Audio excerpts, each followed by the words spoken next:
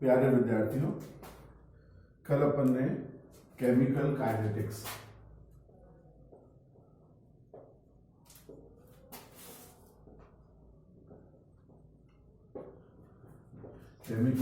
रासायनिक बल गतिकी वाले यूनिट चालू करी थी, जिसमें अपन ने देखा था कि एक अभिक्रिया के लिए कौन कौन सी कंडीशंस हो सकती हैं जिसको यदि हम फुलफिल कर लेते हैं, जिसके यदि हम प्रश्नों के उत्तर हम खोज लेते हैं, तो मोटे तौर पे कह सकते हैं कि हमने अभिक्रिया के बारे में मोटे तौर पे संपूर्ण जानकारी हासिल कर ली।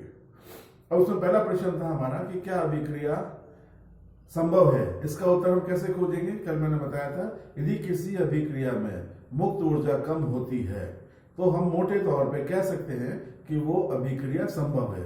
उसका एक मैंने उदाहरण भी दिया था, कार्बन प्लस ऑक्सीजन के संयोग से रूम टेम्परेचर पे कार्बन डाइऑक्साइड बनती है और इस अभिक्रिया में फ्री एनर्जी मुक्त ऊर्जा कम होती है। तो उस हिसाब से, जैसे मैंने अभी 2 मिनट पहले कहा, उस हिसाब से तो अभिक्रिया संभव होनी चाहिए, परंतु ये अभिक्रिया संभव नहीं होती है। कारण वातावरण, रूम टेम्परेचर क्या हुआ, कमरे का ताप। कमरे के ताप में कार्बन भी उपलब्ध है, वातावरण में ऑक्सीजन भी उपलब्ध है, तो इसके संयोग से निरंतर कार्बन डाइऑक्साइड बनते रहना चाहिए क्योंकि मुक्त ऊर्जा कम हो रही है। अगर ये संभव हो जाए रिएक्शन, तो हम लोगों का जीवित रहना ही दुर्लभ हो जाएगा, मुश्किल हो जाएगा, असंभव हो जाएगा। इसलिए हम कहते हैं रिएक्शन संभव नहीं है, हालांकि इसमें मुक्त ऊर्जा कम हो रही है। अब ये क्यों संभव नहीं है, क्योंकि 1 मोल कार्बन को 1 मोल ऑक्सीजन के साथ कंबाइन करके 1 मोल कार्बन डाइऑक्साइड बनाने के लिए उसको महीनों सालों ही लग जाते हैं। बहुत धीमी गति की अभिक्रिया है। और यदि इसी अभिक्रिया को हम हीट कर लें, इसका ताप बढ़ा दें, टेम्परेचर इंक्रीज कर दें, तब हम ये कहते हैं कि यह अभिक्रिया संभव है। ठीक है, एक ही हो गया। अब इसको समझने के लिए हम क्या करते हैं और उदाहरण। तो इससे क्या निष्कर्ष निकला कि अभिक्रिया को निर्धारण करने के लिए केवल एक ही कारक की आवश्यकता नहीं होती है, अन्य और भी कारक की आवश्यकता होती है किसी अभिक्रिया को निर्धारण करने के लिए। अब हम क्या करते हैं, हम लोग क्या 3 अलग अलग भी कर लेते हैं। ठीक है, हम क्या करेंगे, इनकी मैक्सिमम कंडीशंस सेम रखेंगे। पहले वाले बीकर में हमने क्या करा, N/100 स्ट्रेंथ का फेरस सल्फेट ले लिया। दूसरे वाले बीकर में हमने क्या करा, N/100 स्ट्रेंथ का ऑक्सैलिक अम्ल लिया। तीसरे वाले बीकर में हमने क्या करा, N/100 स्ट्रेंथ का सक्सेनिक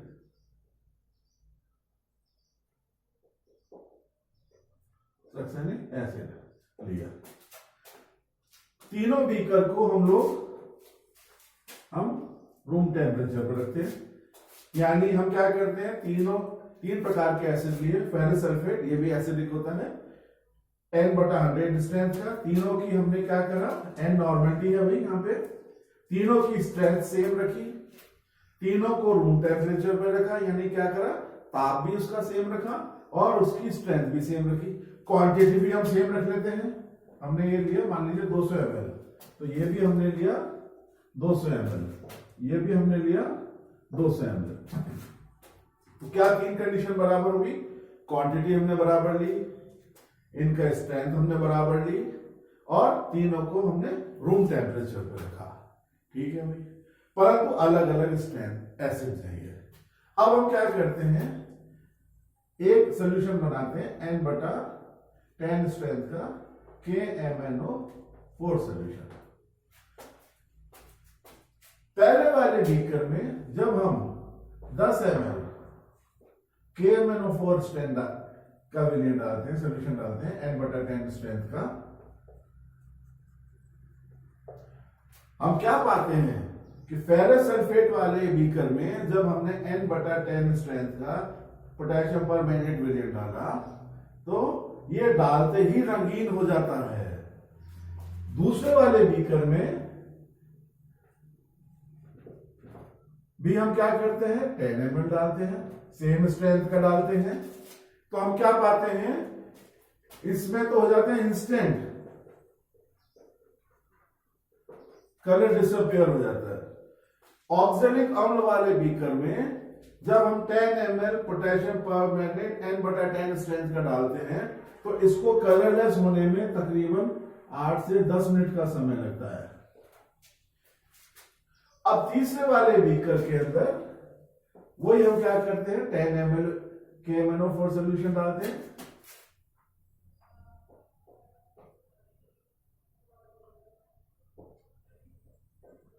N/10 स्ट्रेंथ का।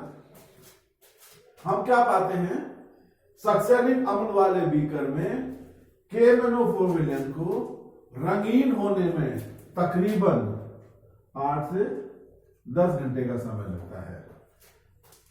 कंडीशन सेम थी, स्ट्रेंथ सेम थी, टेम्परेचर सेम था, वॉल्यूम सेम था, बस एसिड अलग अलग थे। क्या निष्कर्ष निकलता है फेरस सल्फेट वाले बीकर में अभिक्रिया तीव्र गति की है, ऑक्सैलिक अम्ल वाले बीकर में अभिक्रिया मंद गति की है, और सक्सेनिक अम्ल वाले बीकर में अभिक्रिया धीमी गति की है। क्या हुआ टाइम्स में डिफरेंट हो गया, स्पीड अलग हो गई एसिड चेंज करते ही। बाकी सब कंडीशन हमने सेम रखी थी, सिर्फ एसिड अलग अलग लिए थे, तो इसमें अभिक्रिया की गति भी अलग अलग हो गई। अब हम क्या करते हैं एक चौथा बीकर लेते हैं, ठीक है। वही हम क्या करेंगे इसके अंदर 200 ml लेंगे, N/100 स्ट्रेंथ का, N/100 स्ट्रेंथ का ऑक्सैलिक अम्ल लेते हैं, ठीक है। क्वांटिटी हमने क्या करा वही 200 ml ली, परंतु इसका टेम्परेचर हम बढ़ा के कर देते हैं 60 डिग्री। ये तो था रूम टेम्परेचर पे। चौथा बीकर जो हमने लिया सेम स्ट्रेंथ ली जैसे पहले वाले में ली थी, सेम वॉल्यूम लिया जैसे पहले वाले में था, बस क्या करा हमने इसमें ताप बढ़ा दिया। ये रूम टेम्परेचर पे था, इसको हमने कर दिया 60 डिग्री पे। अब हम देखते हैं जब हम इसके अंदर N/10 स्ट्रेंथ का KMnO4 सोल्यूशन डालते हैं वही 10 ml, तो हम क्या पाते हैं इस वाले बीकर में, बीकर कर देते हैं नंबरिंग अपन A B C, बी वाले बीकर के अंदर जब हमने KMnO4 विलयन डाला था तो उसको रंगीन होने में तकरीबन 8 से 10 मिनट लगे थे। अब हमने चौथा बीकर लिया, इसको कर देते हैं डी वाले बीकर में वही स्ट्रेंथ है N/100 स्ट्रेंथ की ऑक्सैलिक एसिड है, 60 डिग्री कर दिया, 200 ml है, 200 ml है, और N/10 स्ट्रेंथ का KMnO4 विलयन लिया, वही 10 ml डाला। हम क्या पाते हैं बीकर डी में जैसे ही हम KMnO4 विलयन डालते हैं तो ये तुरंत प्रभाव से रंगीन हो जाता है। क्या फर्क निकला, इसमें अभिक्रिया की गति थी मंद गति की बीकर डी में, और बीकर डी में क्या हो गई अभिक्रिया की गति तीव्र गति की, यानी कि टेम्परेचर वेरिएशन करते ही अभिक्रिया की गति बढ़ गई, स्पीड ऑफ रिएक्शन बढ़ गई। क्या निष्कर्ष निकला कि ताप अभिक्रिया के वेग को प्रभावित करता है। Temperature is an important factor which varies the speed of A reaction.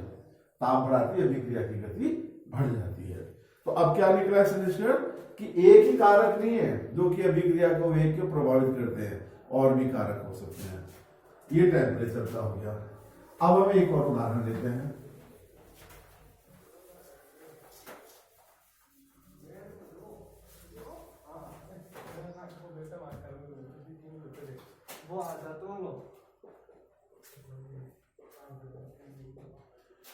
Potassium chlorate, इसमें हम क्या करते हैं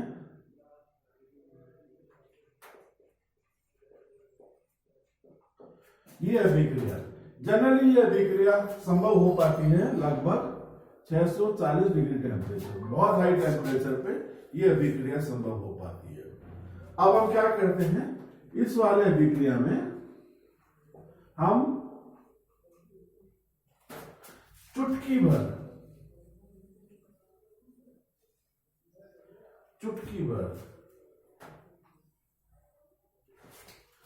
MnO2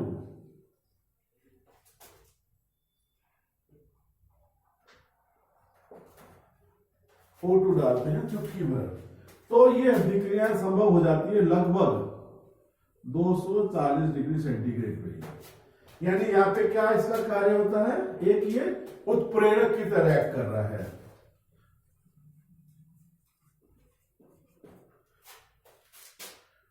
MnO2 चुटकी भर MnO2 डाल देने से अभिक्रिया की गति बढ़ जाती है और लो टेम्परेचर पे संभव होने लग जाती है।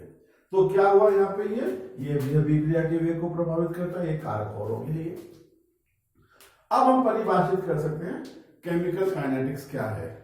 जनरली वाइवा में भी पूछ लिया जाता है आप लोगों से कि डिफाइन करिए रासायनिक बल गतिकी क्या है। तो हम कैसे परिभाषित करेंगे, रासायनिक बल गतिकी